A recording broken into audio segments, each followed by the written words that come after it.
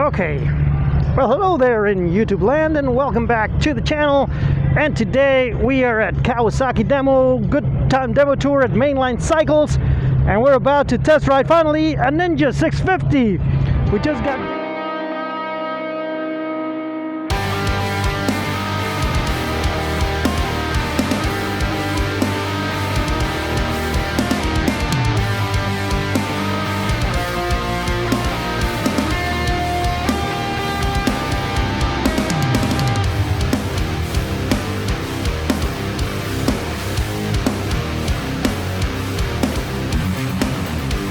50. We just got down from riding the Vulcan S, so it's basically the same chassis, same engine, but I think it's gonna be a hell of a lot more sense on a bike like this. I forgot that it's not a Suzuki Easy Start. You have to keep it in. So the first thing you notice is the dash. Alright, coming down from the Vulcan with that ugly ass dash, this one has a nice TFT. Look at that. All the information. Now I do like the old school tachometer on bikes. I don't like this going from here to here like it's a video game, but anyway, so one of the things I don't like too much is the mirrors, but I think they're doing a good job so far. Let's see how they vibrate. They're a little bit far, and this is something from my R7. This bike feels very long from here to here, so I think it's just, oh. Need a big thumbs up from everyone, big thumbs up. All right, listen carefully for the name of your bike before departing. It's the Kawasaki Good Times Demo Tour. Such a good time. Roll. Let's go. Hit 1000 SX, Z900 RS, Vulcan 900. Let's go. ZX6R, Ninja 650. Oh, the friction zone is very smooth. It feels like even like my Suzuki that has that nice low rev assist. You just start pulling out the clutch and it starts moving. So, first impressions, you feel like you're on top of the bike, but you don't feel like you're in a sport riding position. I mean, obviously, coming down from the Vulcan S, it does feel a lot sportier. You have, but you don't. I don't feel like the controls are behind like on my Yamaha R7. I feel like I have mid controls. Yeah, I don't like this bike at all. You don't have enough space to go down in a tuck. So when you do this, even though I told you this feels very long, and now that you're riding it, you want to get in a tuck, and you don't have any space because the seat keeps you right here. Oh my god, and then this thing hits you right in the balls. So yeah, oh my god, I'm very low on the grabs. So no, I don't like this bike at all. I mean, the little engine and the chassis that are very nimble from the Vulcan, you do feel it here, but for some reason on that one, because it was very low gravity or very low to the ground, I think it felt a little bit better even than on this one. So it is nimble, but it doesn't feel as nimble as the Vulcan S. That's so weird. And the riding position I do not like. I don't know.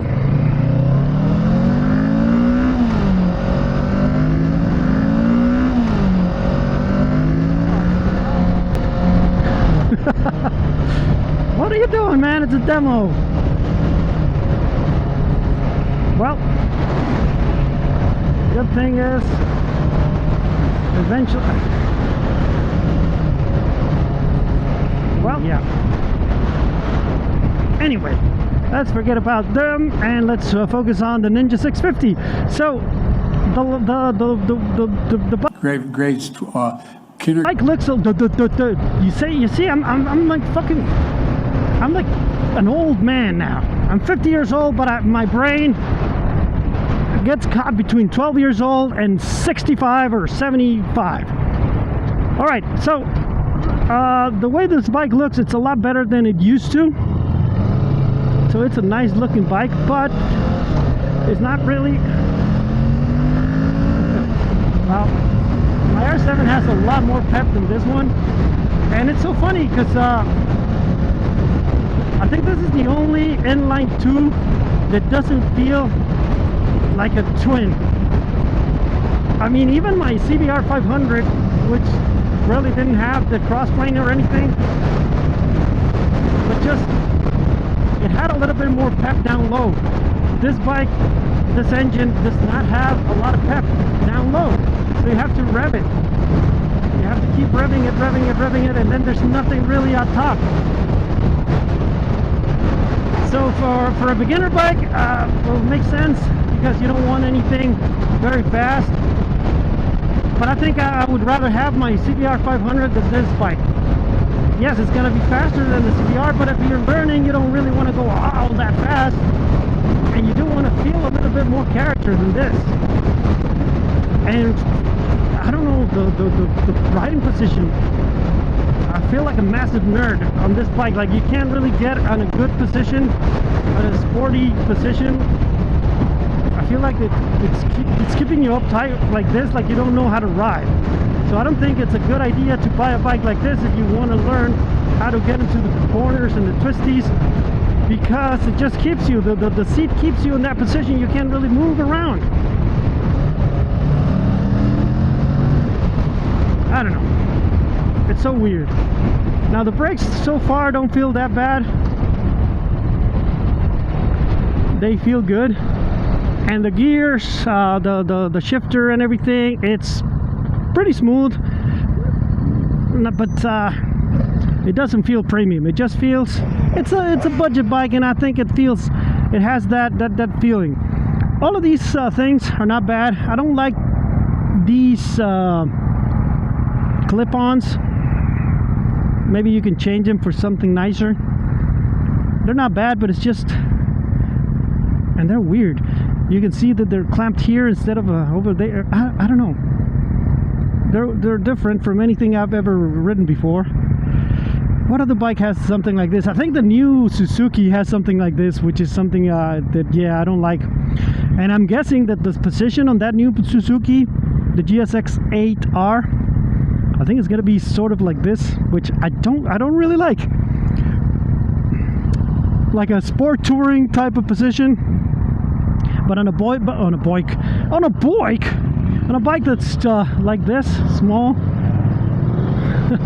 I would rather have a more aggressive position like on my R7.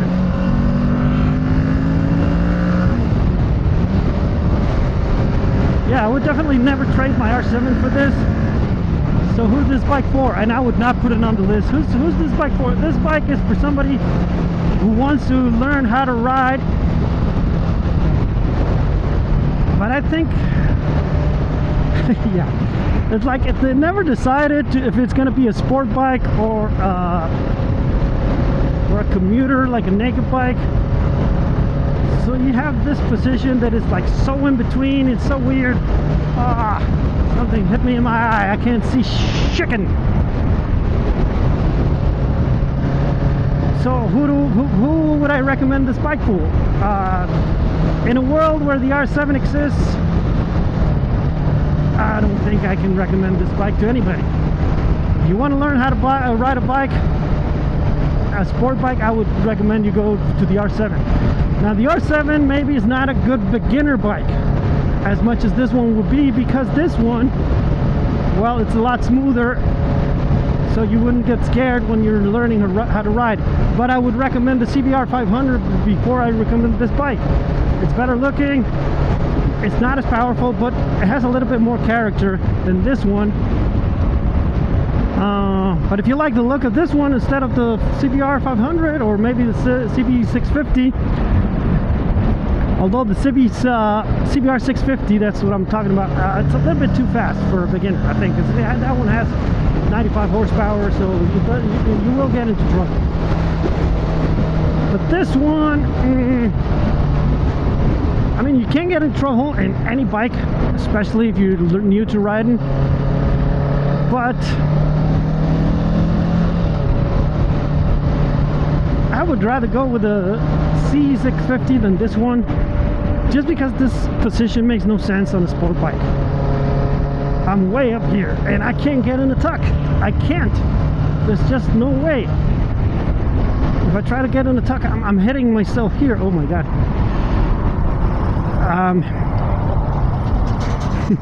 The back brake has a lot of bite. I just felt it right there. I didn't hit it that hard, and I was like boom, almost falling all over the bike. Anyway, because I was explaining, but this is so funny because when you're here, you feel like you're gonna be able to do this tuck. What changes when you're riding? Because right here, this tuck doesn't feel that bad, but when you're riding, it feels like nope, you can't fit. It ain't fitting. It ain't fitting. But yeah, in a world where there are other bikes, this bike really, look at this. This is why you shouldn't put a keychain on your bike. Look at this.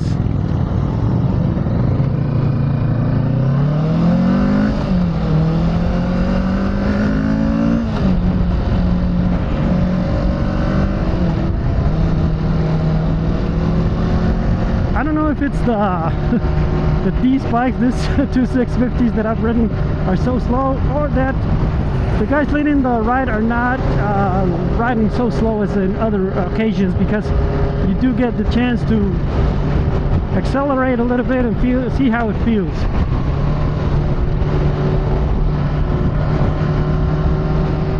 So plenty comfortable, but then if you stand like this or you sit like this, you don't really feel that this windscreen is doing anything.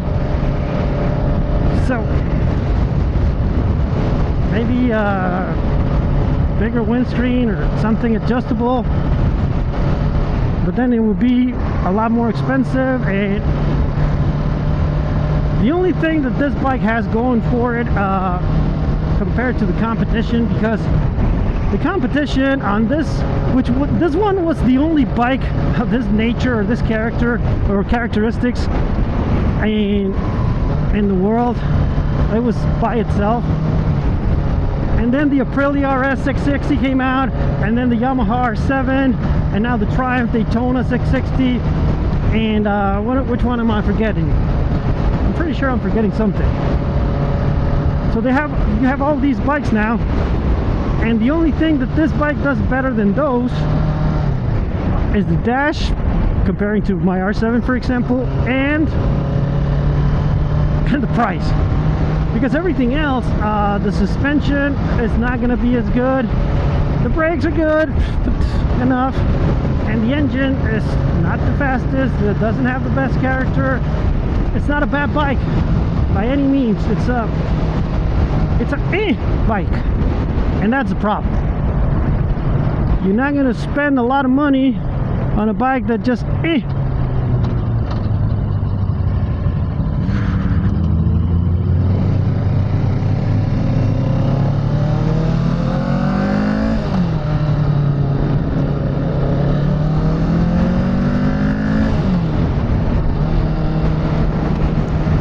So yeah, this bike, and then the seat is another thing that I do not like at all. It keeps you in that position, right? And then it's too wide on the back, so you can't really move. I try to put my butt out of the saddle. I have to raise my butt, do this, and well, that's just a little bit too much. Because it's not made for that. It's not made for you to go on the twisties. It's not made for you to... This is a bike that's made to learn how to ride a bike on the street. So it's kind of like a sporty scooter, right? Like if you come from a scooter world, you're gonna find that this bike is awesome. Oh my god, it's so fast and it's so sporty compared to a scooter. But when you compare it to something like that, yeah, it's in a whole different level.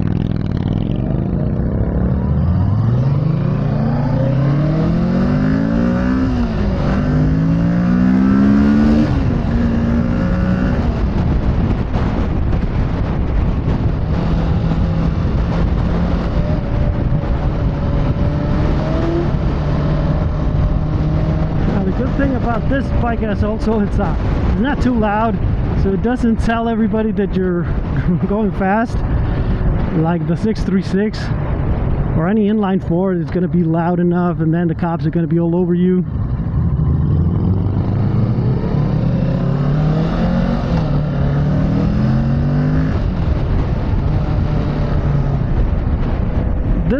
throttle feels a lot better than the Vulcan S. A lot easier to just rev it, give it the beans.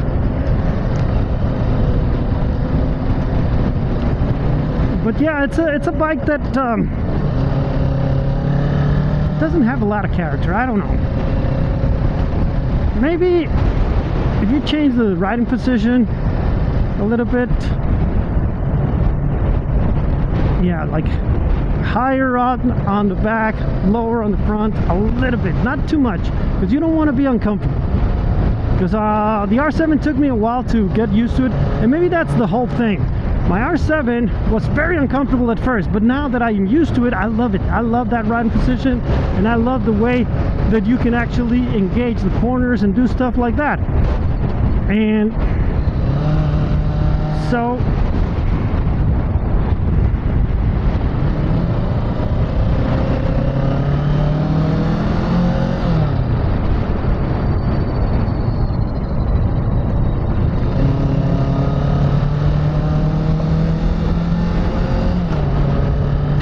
it's so low. It's so low. Oh, it does have ABS. I just felt it. As I was saying, it's not a bad demo if you're hitting ABS.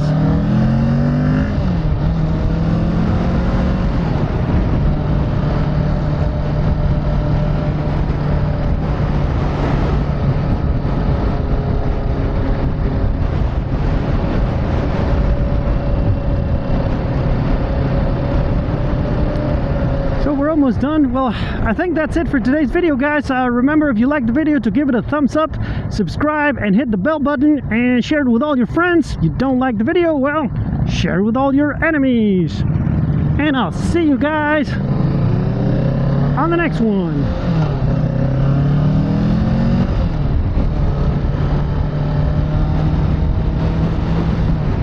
It's always fun to ride a bike.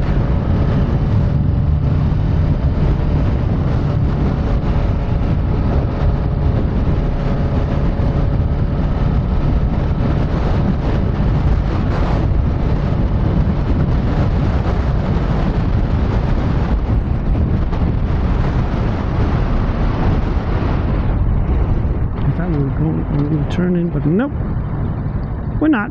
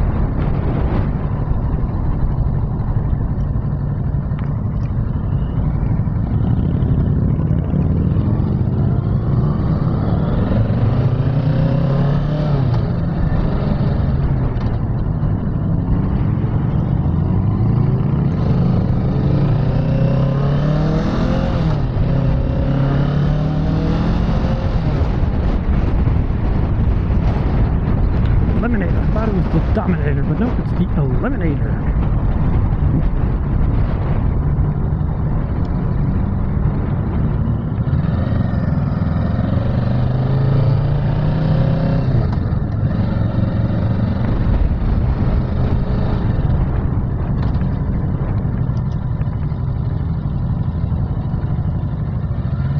Se cae mi compa, güey.